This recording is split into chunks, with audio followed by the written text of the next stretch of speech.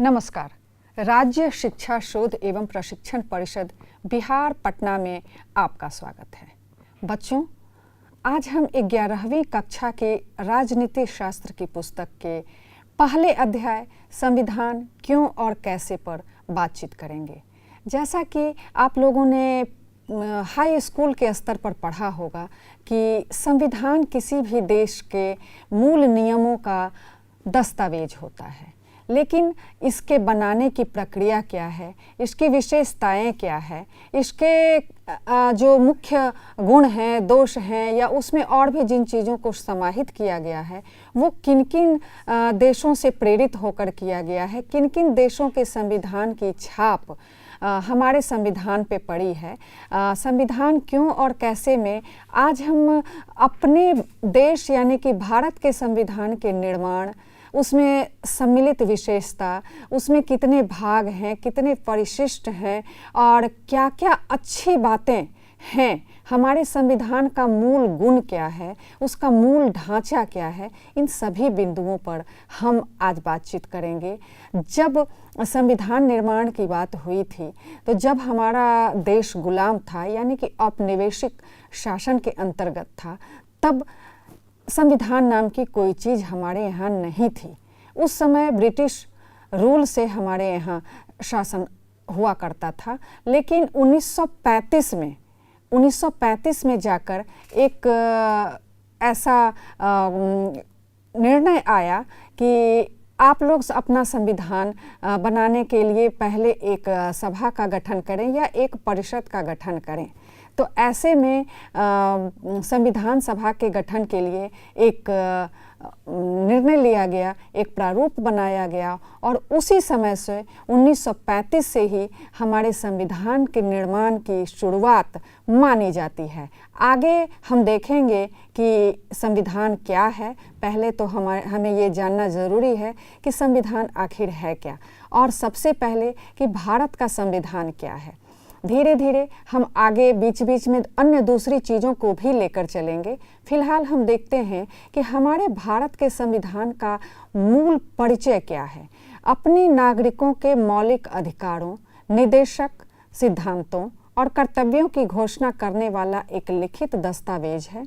यह सरकारी संस्थानों की कार्यप्रणाली, शक्ति, गठन और संविधान को निर्धारित करता है। एक सर्वोच्च कानून है जिसके अनुसार भारत राज्य को शासित किया जाना है। और बच्चों, आप हर साल 26 जनवरी मनाते हैं, तो क्या आप जानते हैं कि 26 जनवरी क्यों मनाया जाता है? इसी दिन हमारे भारत के संविधान को अपनाकर इसे लागू किया गया और उसी दिन गणतंत्र दिवस के रूप में इसे मनाया जाता है। भारत का जो संविधान था 26 नवंबर 1949 को संविधान सभा द्वारा अपनाया गया था, लेकिन इसका प्रवर्तन यानी कि ये लागू 26 जनवरी 1950 को किया गया।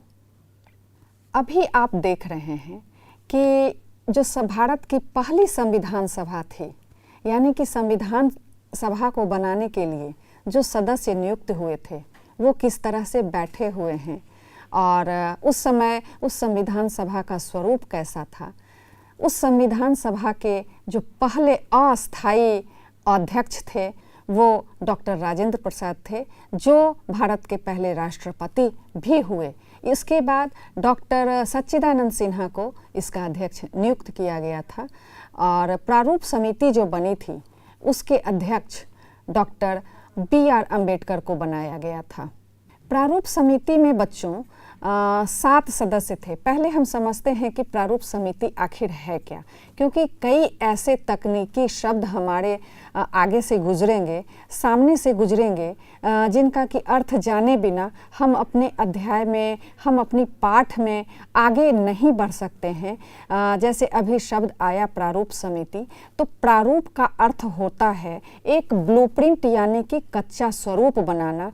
कुछ भी अगर आप उसे आप इस तरह से समझें कि अगर आप अपना पाठ पढ़ना आरंभ करते हैं तो सबसे पहले उसे या तो आप सरसरी तौर पे पढ़ते हैं, उसके बाद उसमें से समझने की कोशिश करने के लिए दोबारा पढ़ते हैं, फिर तिबारा पढ़ते हैं, उसके अर्थ को समझने की कोशिश करते हैं, अगर नहीं समझ पाते तो अपने शिक्षकों की सहायता लेते हैं और जब पूर्ण रूप से समझ जाते हैं तो प्रश्नोत्तर को हल करने की कोशिश करते हैं। उनमें जो मुख्य तथ्य होते हैं उन्हें आप याद करने की कोशिश करते हैं। इसे ही कह सकते हैं हम कि आपने अपने पाठ का एक प्रारूप निश्चित किया कि मुझे इस पाठ को इस तरह पढ़कर समझकर और प्रश्नों का उत्तर देकर समाप्त करना है। तो मुख्य रूप से जो प्रारूप होता है उसे आप एक कच्चा ढांचा समझ सकते हैं जो कि पूर्ण निर्माण से पहले एक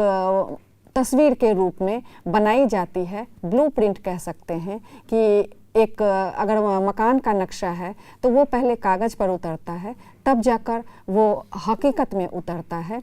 इसी तरह संविधान सभा का प्रारूप बनाने के लिए 7 सदस्यों की ये कमेटी बनाई गई थी। इसके मुख्य सदस्य थे अल्लादी कृष्णास्वामी अय्यर, एन गोपाल स्वामी, बी.आर. अम्बेडकर जो कि प्रारूप समिति के अध्यक्ष थे और आज भी इन्हें भारत के संविधान के निर्माता के रूप में जाना जाता है, के.एम. मुंशी, मोहम्मद सादुल्ला, बी.एल. मित्तर और डी.पी. खेतान। बच्चों, इन 7 नामों को अवश्य आप याद करके रखेंगे क्योंकि आगे प्रतियोगिता में शामिल होने में हर जगह आपको भारतीय शासन एवं राजनीति का अध्ययन करना होता है। तो ये जो प्रारूप समिति के सदस्य थे, 7 सदस्य, इन लोगों ने मिलकर संविधान के प्रारूप का निर्माण किया और उस पर एक लंबी वार्ता चली, वाद विवाद चला, विभिन्न सदस्यों ने अपने अपने विचार रखे और तब जाकर काट कर छाँट कर पूर्ण रूप से संविधान अपने वर्तमान स्वरूप में आ पाया। हम देखते हैं कि आगे अब संविधान से संबंधित और क्या बातें हैं। बच्चों, अभी हम ये बात कर रहे थे भारत के संविधान के विषय में, तो उससे पहले हमें ये भी जानना चाहिए कि संविधान क्या है। संविधान जो है वो मौलिक सिद्धांतों को स्थापित करने के लिए बनाया जाता है। साथ ही साथ उसमें कई उदाहरण दिए जाते हैं कि ऐसा क्यों होना चाहिए। अगर कोई नियम, कोई अनुच्छेद, कोई भाग शामिल किया जा रहा है या उसे हटाना चाह रहे हैं या कोई नया नियम उसमें हम जोड़ना चाह रहे हैं, तो ऐसी चीज़ों को उदाहरण के साथ रखा जाता है कि हमारे देश के लिए उसकी ज़रूरत कितनी है। इसके अनुसार एक राज्य या अन्य संगठन शासित होता है, क्योंकि ये नियमों का एक संग्रह होता है, दस्तावेज होता है, हम पहले ही कह चुके हैं। तो इस तरह से संविधान कई उदाहरणों, नियमों, कानूनों का एक दस्तावेज होता है जो कि शासन संगठन को बनाने के लिए बनाया जाता है। ये नियम मिलकर बनाए जाते हैं, ये नहीं कि किसी एक आदमी, किसी एक शासक ने बना लिया और उसे लागू कर दिया गया। एक संगठन के स्वरूप में बैठकर इसके नियम तय किए जाते हैं, इनकी इकाइयों को तय किया जाता है। इसके बाद कई इकाइयां मिलकर एक भाग का स्वरूप लेती है, कई भाग मिलकर एक अपेंडिक्स का स्वरूप लेते हैं और कई अपेंडिक्स मिलकर एक पूर्ण रूप से दस्तावेज का स्वरूप ले लेते हैं। और बच्चों, जब इन सिद्धांतों को एक सेट में यानी कि संगठित रूप से एक जगह लिखा जाता है, एक नियम के तहत लिखा जाता है, जैसे कि पहले कौन सा नियम को हम रखेंगे, पहले कौन से कानूनों को हम रखेंगे, पहले हम अपने मौलिक अधिकारों को रखेंगे या कर्तव्यों को रखेंगे, इस तरह से बनाकर इकाइयों को एक के बाद एक संगठित किया जाता है और इन नियमों के अनुसार शासन को चलाने की कोशिश की जाती है। हम देखें कि फिर अगले बिंदु में क्या है।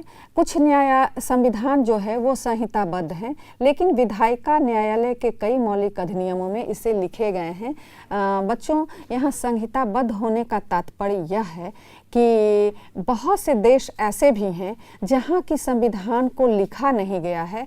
जैसे उसका उदाहरण हम ब्रिटेन के संविधान के रूप में ले सकते हैं कि ब्रिटेन का संविधान अलिखित है, तो फिर हमें इतने भारी भरकम लिखित संविधान की ज़रूरत क्या थी। तो ब्रिटेन एक छोटा देश है और हमारे देश की विविधता और जनसंख्या इतनी बड़ी है कि इसमें लिखित संविधान का होना बहुत आवश्यक हो जाता था। ब्रिटेन का संविधान अलिखित है और वहाँ कि जनता अपनी परंपराओं, अपनी जो उनका कन्वेंशनल स्वरूप है, जिसे आप रूढ़ि कह सकते हैं, जो हमेशा से चलता आ रहा है। रूढ़ि का अर्थ है कि बिना किसी तर्क के आप उसे मानते चले जा रहे हैं, हमेशा से चलता चला आ रहा है। तो उस परंपरा को बिना कोई तर्क किए लोग मान लेते हैं। बच्चों अब कहेंगे कि क्यों मान लेते हैं, तर्क क्यों नहीं करते। तो जहाँ तक एक लोकतंत्र में एक शर्त ये भी है उसके सफल होने की कि उनके नागरिक काफ़ी शिक्षित होने चाहिए, अन्यथा लोकतंत्र अपने अर्ध स्वरूप में ही रह जाता है और उसके असफल होने की संभावना बढ़ जाती है। संविधान की ज़रूरत किसी देश को क्यों होती है? संविधान कार्य करता है लोकतंत्र के कामकाज में मार्गदर्शन के लिए। लोकतंत्र में संविधान की आवश्यकता इसलिए होती है बच्चों कि जो दूसरी सत्ता की प्रणाली है, यानी कि राजशाही है, चाहे कुलीन तंत्र है, चाहे एक दलीय व्यवस्था है, सैनिक तानाशाही है, तो ऐसे में किसी कानून की या किसी संहिता की, किसी संविधान की ज़रूरत नहीं होती है, क्योंकि वहाँ एक जो व्यक्ति सर्वोपरि है, जो प्रणाली, जो सत्ता सर्वोपरि है, उनका कहना ही काफ़ी होता है, उनका आदेश ही जनता के लिए कानून हो जाता है। ऐसे में वहाँ संविधान की ज़रूरत नहीं होती है, और अगर संविधान है भी तो वो बहुत प्रभावकारी रूप में सामने नहीं आ पाती है। लोकतंत्र चूँकि प्रतिनिध्यात्मक प्रणाली है, यहाँ प्रतिनिधि जनता द्वारा चुने जाते हैं और जनता के लिए ही, जनता के हितार्थ, उनके कल्याण के लिए ही कार्य करते हैं, जनता के प्रति वो उत्तरदायी होते हैं। अतः उन्हें जो निर्देश प्राप्त होते हैं सत्ता चलाने के लिए, शासन प्रणाली को चलाने के लिए, वो संविधान के द्वारा ही प्राप्त होते हैं। कुछ अधिकार होते हैं, यह राज्य और अन्य व्यक्तियों पर नागरिक के अधिकार को परिभाषित करता है। कुछ कर्तव्य होते हैं जो देश के प्रति व्यक्ति के कर्तव्य को भी निर्धारित करता है। जो आपका अधिकार है बच्चों, वो दूसरों के लिए कर्तव्य बन जाता है, और जो दूसरों का अधिकार है वह आपके लिए कर्तव्य बन जाता है। जब आप दूसरे के अधिकारों को समझेंगे, उनकी रक्षा करेंगे, तो कहीं ना कहीं आप अपने कर्तव्यों का निर्वाह कर रहे होते हैं। अगर दूसरे बच्चों को भी सड़क पर चलना है या विद्यालय जाना है, तो आपका ये कर्तव्य बन जाता है कि अगर उन्हें बैठना है, उन्हें पढ़ना है, तो आप उनके अधिकार क्षेत्र में हस्तक्षेप न करें, और जो दूसरे बच्चे हैं वो भी आपके खेलने में, पढ़ने में, लिखने में, सड़क पर चलने में कहीं भी हस्तक्षेप न करें। इस तरह एक का अधिकार दूसरे का कर्तव्य बन जाता है। और बिल्कुल इसी तरह देश के लिए नागरिकों का जो कर्तव्य है, जो मौलिक कर्तव्य है, वो शासन सत्ता को मजबूत बनाता है, देश को मजबूत बनाता है। इसी तरह जो मौलिक अधिकार हैं, यानी कि जीवन जीने के लिए जिन अधिकारों की ज़रूरत है, सम्मान पूर्वक जीने के लिए जिन मौलिक अधिकारों की ज़रूरत है, शासन संविधान उसे मौलिक अधिकार के रूप में प्रदान करता है। कुछ निर्देश होते हैं, ये जो निर्देश होते हैं बच्चों, ये मौलिक अधिकार के रूप में नहीं होते, बल्कि एक कहिए सलाह के रूप में दिए जाते हैं। चाहे वो संघ की सरकार हो, चाहे राज्य की सरकार हो, ये बाध्यकारी नहीं होते हैं। जिस तरह के मौलिक अधिकार का लागू करना बाध्यकारी होता है, उस तरह से जो राज्य के नीति निर्देशक तत्व हैं, या मोटे तौर पे कहें कि निर्देश हैं, ये बाध्यकारी नहीं होते। इनके उल्लंघन के लिए नागरिक न्यायालय की शरण में नहीं जा सकते। यह केवल लोकतंत्र की कल्याणकारी भावना को मजबूत करता है, ताकि लोकतंत्र सफल से सफलतम हो सके, नागरिकों के सुख सुविधा और उनकी आवश्यकताओं का ध्यान रखने के लिए ये सरकारों के लिए एक सलाह की तरह है, एक निर्देश की तरह है। यह जो संविधान है, राज्य और देश के क्षेत्र को निर्धारित करता है। संविधान पूरे देश और राज्यों के क्षेत्र को भी सीमित करता है। इसे हम इस तरह से समझें कि हमारा संविधान, जो भारत का संविधान है, उसके लागू होने की सीमा कहाँ तक है। तो अगर संघ का संविधान है, उसमें 3 सूचियाँ बनाई गई है, संघ सूची, समवर्ती सूची और राज्य सूची। इन सूचियों में वर्णित कर दिया गया है कि राज्य का अधिकार क्षेत्र कहाँ तक है, संघ का अधिकार क्षेत्र कहाँ तक है, और राज्य और संघ ऐसे कौन से अधिकार के क्षेत्र हैं या विषय हैं जहाँ राज्य और संघ दोनों का अधिकार क्षेत्र है। इसके साथ ही वो राज्य को भी सीमित करता है कि आप अपने, चूँकि एक संघीय प्रणाली को हमारे यहाँ अपनाया गया है, अतः राज्य की सीमाएं खुद ब खुद निर्धारित हो जाती है, लेकिन ये कब, कहाँ और कितने तक निर्धारित होगी इसका वर्णन संविधान करता है, जिससे कि सत्ता को चलाना, हमारी संघीय प्रणाली को मजबूत करना आसान हो। नागरिकता, यह देश की नागरिकता प्राप्त करने और खोने के विभिन्न प्रावधानों को निर्धारित करती है। बच्चों, नागरिकता एक ऐसा प्रश्न है जो जब हमसे पूछा जाए, एक तरह से कहिए कि ये आपकी पहचान को निर्धारित करता है। कैसे निर्धारित करता है? आपसे किसी ने पूछा कि तुम्हारा नाम क्या है, तो आपने बताया, वो आपकी पहचान बन जाती है। फिर किसी ने पूछा किस घर से हो, तो आपने अपने पिता का नाम बताया या फिर अपने पितामह का नाम बताया। ये भी आपकी पहचान हो जाती है कि अच्छा फलाने परिवार से आप हैं। किसी ने पूछा आप किस गांव से हैं, किस शहर से हैं, किस विद्यालय से हैं। ये सारी चीज़ें आपकी पहचान को निर्धारित करती है।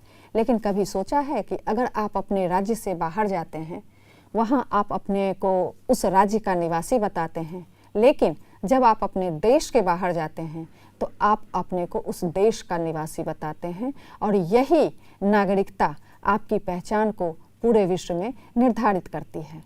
अब नागरिकता को पाने और खोने के कई तरीके हैं, तो इनका जो विशद वर्णन है, यानी बड़े स्तर पर जो वर्णन है, वो संविधान में किया गया है। ये अनुच्छेद 5 में वर्णित है और पहले अध्याय में ही है।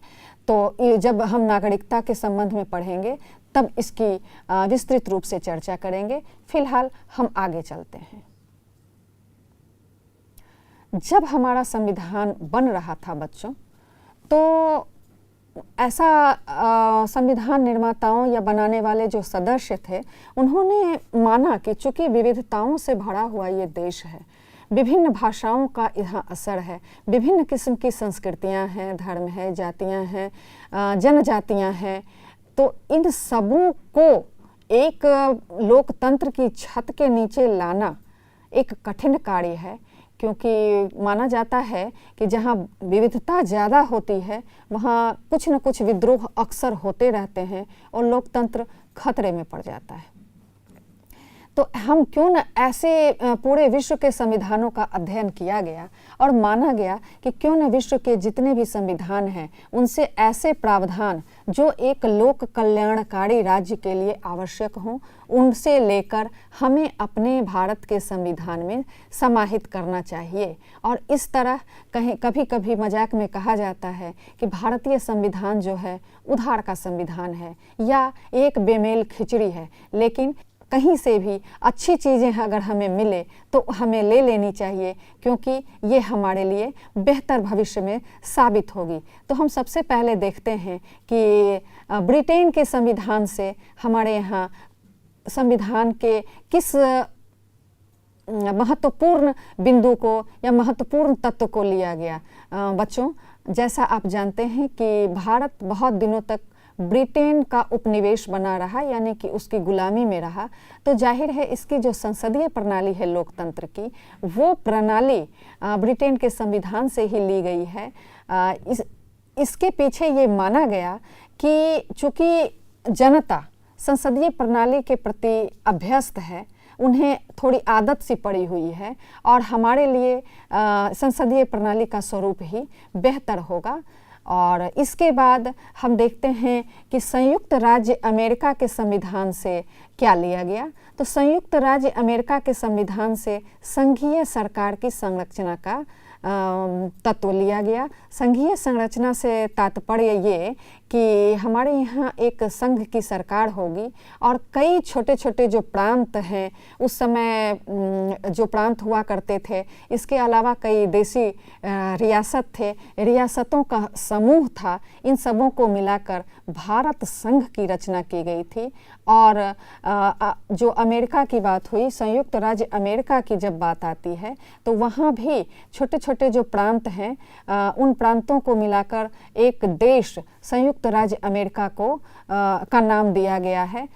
कमोबेश उसी तर्ज पर हमारे यहाँ भी राज्यों, रियासतों और रियासत जो देशी रियासत थे उनके समूह को मिलाकर एक संघीय प्रणाली की स्थापना की गई। हालांकि थोड़ा सा अंतर ये है कि वहाँ संयुक्त राज्य अमेरिका में जो संघीय राज्य हैं, यानी कि संघ के जो राज्य हैं, उनका अपना कानून होता है, उनकी अपनी सत्ता होती है और संघीय कानून उसमें बहुत हद तक हस्तक्षेप नहीं करता है। लेकिन हमारे यहाँ जो संघात्मक ढांचा है उस तरफ झुकाव ज़्यादा है। इस वजह से कुछ हद तक प्रांतों की सत्ताएं, राज्यों की सत्ताएं सीमित हो जाती है। आयरलैंड के संविधान से राज्य के नीति निर्देशक तत्व को लिया गया। अभी अभी हमने बात की कि राज्य के जो नीति निर्देशक तत्व हैं वो बाध्यकारी नहीं हैं, सलाहकारी स्वरूप में हैं और इसे आयरलैंड यानी कि इंग्लैंड के, ब्रिटेन के एक उपराज्य आयरलैंड के संविधान से लिया गया था। आगे बढ़ते हैं और देखते हैं कि ऑस्ट्रेलियाई संविधान से हमने व्यापार और वाणिज्य की स्वतंत्रता को लिया, यानी कि जो आज मुक्त व्यापार की अवधारणा हमारे देश में है, पहले यह बंद स्वरूप में था। कहीं न कहीं हमने समाजवादी व्यवस्था को अपनाया था, जो पूंजीवादी और साम्यवादी व्यवस्था का मिला जुला रूप हुआ करता था। समाजवादी व्यवस्था के अंतर्गत हमने जो उद्योग धंधे स्थापित किए, जो कारखाने लगाए या फिर जो पूंजीपति थे उन पर ऐसे कर लगाए जिससे कि जो जनता समर्थ नहीं है उनके कल्याण के लिए हम कार्य कर सकें, जो मजदूर फैक्ट्रियों में हैं उनके लिए हम कार्य कर सकें। और जो व्यापार वाणिज्य की बात है उन पर भी ये लगाया गया, कर लगाया गया, ऐसे नियम बनाए गए कि पहले अपने देश की ज़रूरतों को पूरा करें, स्थानीय ज़रूरतों को पूरा करें, तब जाकर उसका निर्यात या आयात करने की बात सोची जाए। तो जब हम दूसरे देशों के साथ अपने आयात निर्यात को बढ़ाते हैं तो इसमें हमें कितनी स्वतंत्रता है, इसका निर्धारण करने का तत्व ऑस्ट्रेलियाई संविधान से लिया गया। फ्रांसीसी संविधान से स्वतंत्रता और समानता के आदर्श को लिया गया। बच्चों, हमने पिछले अध्याय में बताया था कि 1789 में फ्रांसीसी क्रांति में स्वतंत्रता, समानता और बंधुत्व का नारा दिया गया, जिसने कि लोकतंत्र का एक आधार तैयार किया। कहीं भी अगर लोकतंत्र की स्थापना हुई, किसी भी देश में अगर लोकतंत्र की स्थापना हुई तो ये बात मानी गई कि वहाँ समानता, स्वतंत्रता और बंधुत्व का भाव अवश्य ही विद्यमान होगा। तो हमने स्वतंत्रता और समानता की धारणा को फ्रांसीसी संविधान से लिया है। रूसी संविधान से हमने मौलिक कर्तव्यों को लिया। अभी हमने बात की कि एक का अधिकार किस तरह दूसरे का कर्तव्य बन जाता है। तो जो रूसी संविधान था उसमें मौलिक कर्तव्यों की बात की गई थी। हमारे यहाँ भी भारत के संविधान में भी मूल रूप से 10 कर्तव्यों को शामिल किया गया था। जब हम मौलिक अधिकार और कर्तव्य को पढ़ेंगे तो इसकी हम विस्तृत चर्चा जरूर करेंगे। तो जो शुरुआत में थी वो 10 कर्तव्य थे। अभी एक उसमें और उप कर्तव्य को जोड़ दिया गया है, जो कि 6 से 14 साल तक के बच्चों की शिक्षा के बारे में है। यानी कि 6 से 14 साल के बच्चों को निःशुल्क एवं प्राथमिक शिक्षा का पूर्ण अधिकार है। इसके लिए आप अगर इसका प्रवर्तन नहीं होता है, यानी कि ये आपको नहीं मिल पाता है, तो आप इसके लिए कानून की शरण में जा सकते हैं। फिर आते हैं कनाडा की सरकार से। कनाडा के संविधान से केंद्र और राज्य सरकारों के बीच शक्तियों का वितरण किया गया। बच्चों, हमारे यहाँ केंद्र की सरकार की तरफ झुकाव ज़्यादा है और राज्य की सरकारों के बीच जो शक्तियों का वितरण था, अभी अभी हमने बताया कि 3 सूचियाँ हैं, संघ सूची, राज्य सूची और समवर्ती सूची, ये बनाकर केंद्र और राज्य सरकार की शक्तियों का वितरण कर दिया गया है। और इसमें जो टैक्सेस आते हैं, जो सरकार को जिस रूप में आय प्राप्त होती है, वो चाहे निबंधन से हो, करों के वितरण से हो, जो भी आमदनी होती है, तो उसमें ये निर्धारण किया जाता है कि किस तरह से राज्यों का हिस्सा उस बनेगा। ये जो महत्वपूर्ण मुद्दा था, ये कनाडा के संविधान से लिया गया था। जर्मनी के संविधान से आपातकाल के प्रावधान लिए गए थे। बच्चों, जर्मनी जो हमारे यहाँ आपातकाल की घोषणा हुई है, वो 2 से 3 बार कर दी गई थी। और जो आपातकाल के नियम हैं वो हैं कि एक तो अगर कोई विदेशी आक्रमण होता है, उस स्थिति में आपातकाल की घोषणा की जा सकती है। दूसरा है, अगर देश के अंदर किसी किस्म का विद्रोह होता है जिस वजह से देश की एकता, अखंडता और उसकी सुरक्षा को खतरा महसूस होता है, तो आपातकाल लगाया जा सकता है। तीसरा है वित्तीय आपातकाल। अगर देश के वित्तीय हालात ऐसे नहीं हो कि देश के पास विदेशी मुद्रा का भंडार कम हो जाए, या उसके जो कैश फ्लो यानी कि नगद का प्रवाह है वो कम हो जाए, या महंगाई इतनी बढ़ जाए कि आम जनता पर उससे परेशानी महसूस करने लगे, ऐसे में कभी कभी वित्तीय आपातकाल की घोषणा की जाती है। और अभी तक हिंदुस्तान में स्वतंत्रता प्राप्ति के बाद वित्तीय आपात की घोषणा नहीं की गई है। 2 बार 3 बार विदेशी आक्रमण जब हुआ था, 1962 में चीन का आक्रमण, 1965 और 1971 में पाकिस्तान द्वारा भारत पर किया गया आक्रमण। इस समय विदेशी आक्रमण की वजह से आपातकाल की घोषणा की गई थी। दूसरा जो मुद्दा है, सशस्त्र विद्रोह की वजह से, आंतरिक अशांति की वजह से, इसमें एक और क्लॉज यानी कि एक और कारण जोड़ा गया है कि आंतरिक अशांति और देश के अंदर कुछ ऐसे सशस्त्र विद्रोह या किसी और वजह से अगर कोई घटना सामने आती है तो आंतरिक आपात की घोषणा कर दी जाएगी। ऐसे में इनका राजनीतिक दलों ने काफ़ी दुरुपयोग भी किया कि जब उनकी पसंद की सरकार नहीं होती थी तो उन्हें परेशान करने के लिए आंतरिक आपातकाल लगाकर या राष्ट्रपति शासन लगाकर उनकी सरकारों को हटाकर, ये घोषणा मुख्य रूप से केंद्र सरकार द्वारा 1975 में की गई थी। इसके बाद राष्ट्रपति शासन कई राज्यों में लगाए गए, लेकिन यह आपात की श्रेणी में नहीं आता है। वित्तीय आपात की घोषणा कभी नहीं की गई है। और ये जो प्रावधान लिए गए थे, ये जर्मनी के संविधान से लिए गए हैं। दक्षिण अफ्रीका से संविधान में संशोधन की प्रक्रिया को लिया गया। बच्चों, हम संविधान में संशोधन की प्रक्रिया को किसी अध्याय में अगर वर्णित है तो ज़रूर इस पर बात करेंगे। ये बेहतरीन मुद्दा है हमें अपने संविधान के स्वरूप यानी कि प्रकृति को समझने के लिए। संविधान में जो संशोधन की प्रक्रिया है उसकी ज़रूरत क्यों होती है? अगर हम कहें कि हम इतने सोच विचार के बाद, इतने लंबे अरसे तक सम्मेलन के बाद, बड़े बड़े विद्वानों द्वारा सलाह देने के बाद, अलग अलग देशों के संविधानों से अच्छी चीज़ों को लेने के बाद अगर संविधान बनाया गया तो फिर इसमें संशोधन की ज़रूरत क्यों है? इसे ऐसे हम समझ सकते हैं कि क्या हमारा देश आज से 75 साल पहले जिस अवस्था में हमें स्वतंत्र स्वरूप में प्राप्त हुआ था, आज भी वैसा ही है?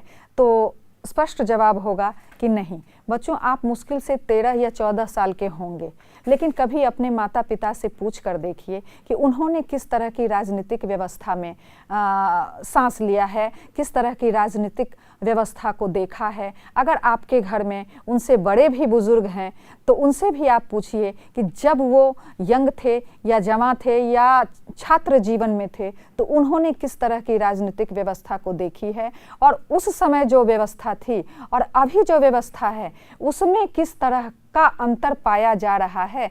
तब आपको एहसास होगा कि संविधान में संशोधन की ज़रूरत क्यों होती है। जब संविधान बना था तो इनके मौलिक कर्तव्यों को, मौलिक अधिकार जो भी थे उनमें एक आध को घटाया गया, जोड़ा गया, कई बार दल बदल कानून को बदला गया। संविधान संशोधन की जो प्रक्रिया है वो कुछ जो हिस्से हैं संविधान के वो बेहद कठोर है, यानी कि उन्हें बदलना आसान नहीं है। उसके लिए एक लंबी और कठोर प्रक्रिया का पालन करना होता है।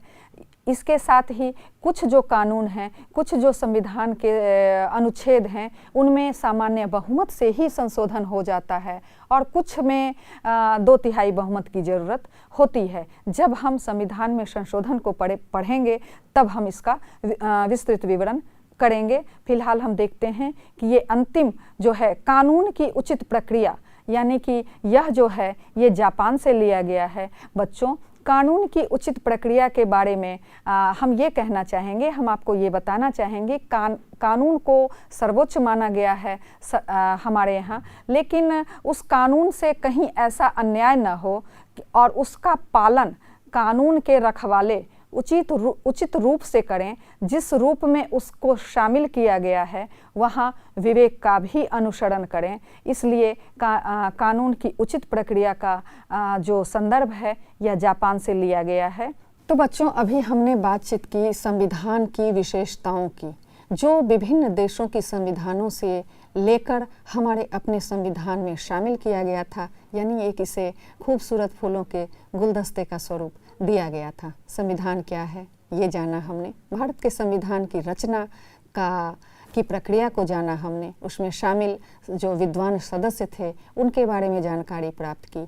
हम इस अध्याय की चर्चा अगले अध्याय में बढ़ाते हुए करेंगे और जानेंगे कि संविधान की सर्वोच्चता कैसे साबित होती है, यह किस तरह से विधायिका, कार्यपालिका और न्यायपालिका में बंटवारा करता है, जो हमारा शक्ति का पृथक्करण का सिद्धांत है, यानी कि सेपरेशन ऑफ पावर का सिद्धांत है, किस तरह यह लागू होता है। साथ ही और भी अन्य बातों की चर्चा करेंगे। इसलिए अभी हम इसे यहीं समाप्त करते हैं। हमें इजाज़त दीजिए। नमस्कार।